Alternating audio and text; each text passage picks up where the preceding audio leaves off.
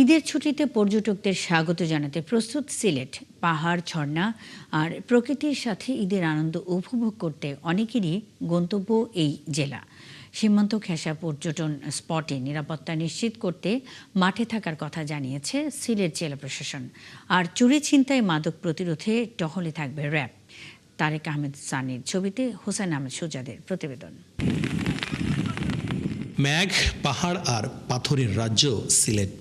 ঈদের ছুটিতে প্রকৃতির নতুন রূপ নিয়ে পর্যটকদের স্বাগত জানাতে প্রস্তুত সিলেটের উৎমাছড়া, চাফলং, রাতারগুল, সাদা পাথর সহ বিভিন্ন পর্যটন স্পট।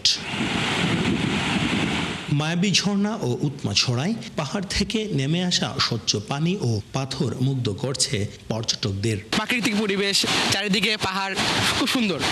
স্রোতের সাথে বাঁচতে ইচ্ছে করে আর কি, খুব ভালো লাগে। যে আসলে অনেক ভালো হবে জায়গাটা, আমার মনে হয় বেস্ট একটা জায়গা হবে বেড়ানোর জন্য আর কি ঈদের ছুটিতে।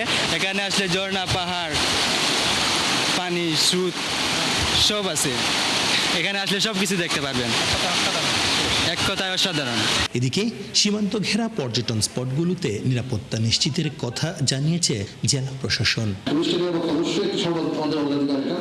এই ক্ষেত্রে আমাদের নিশ্চিত থাকবেন অনেকগুলো মোবাইল থাকবে, টিম থাকবে, বোঝানোর থেকে সুবিধা করবে, যাতে কোনো ঘটনা ঘটলে তাৎক্ষণিক সে ব্যবস্থা নেওয়া যায়। বিশেষ করে আমাদের নারী পরিতা থাকবেন, মহিলারা থাকবেন, তাদের যে কোনো ধরনের কোনো সমস্যা হলে সেটা আমরা দেখব।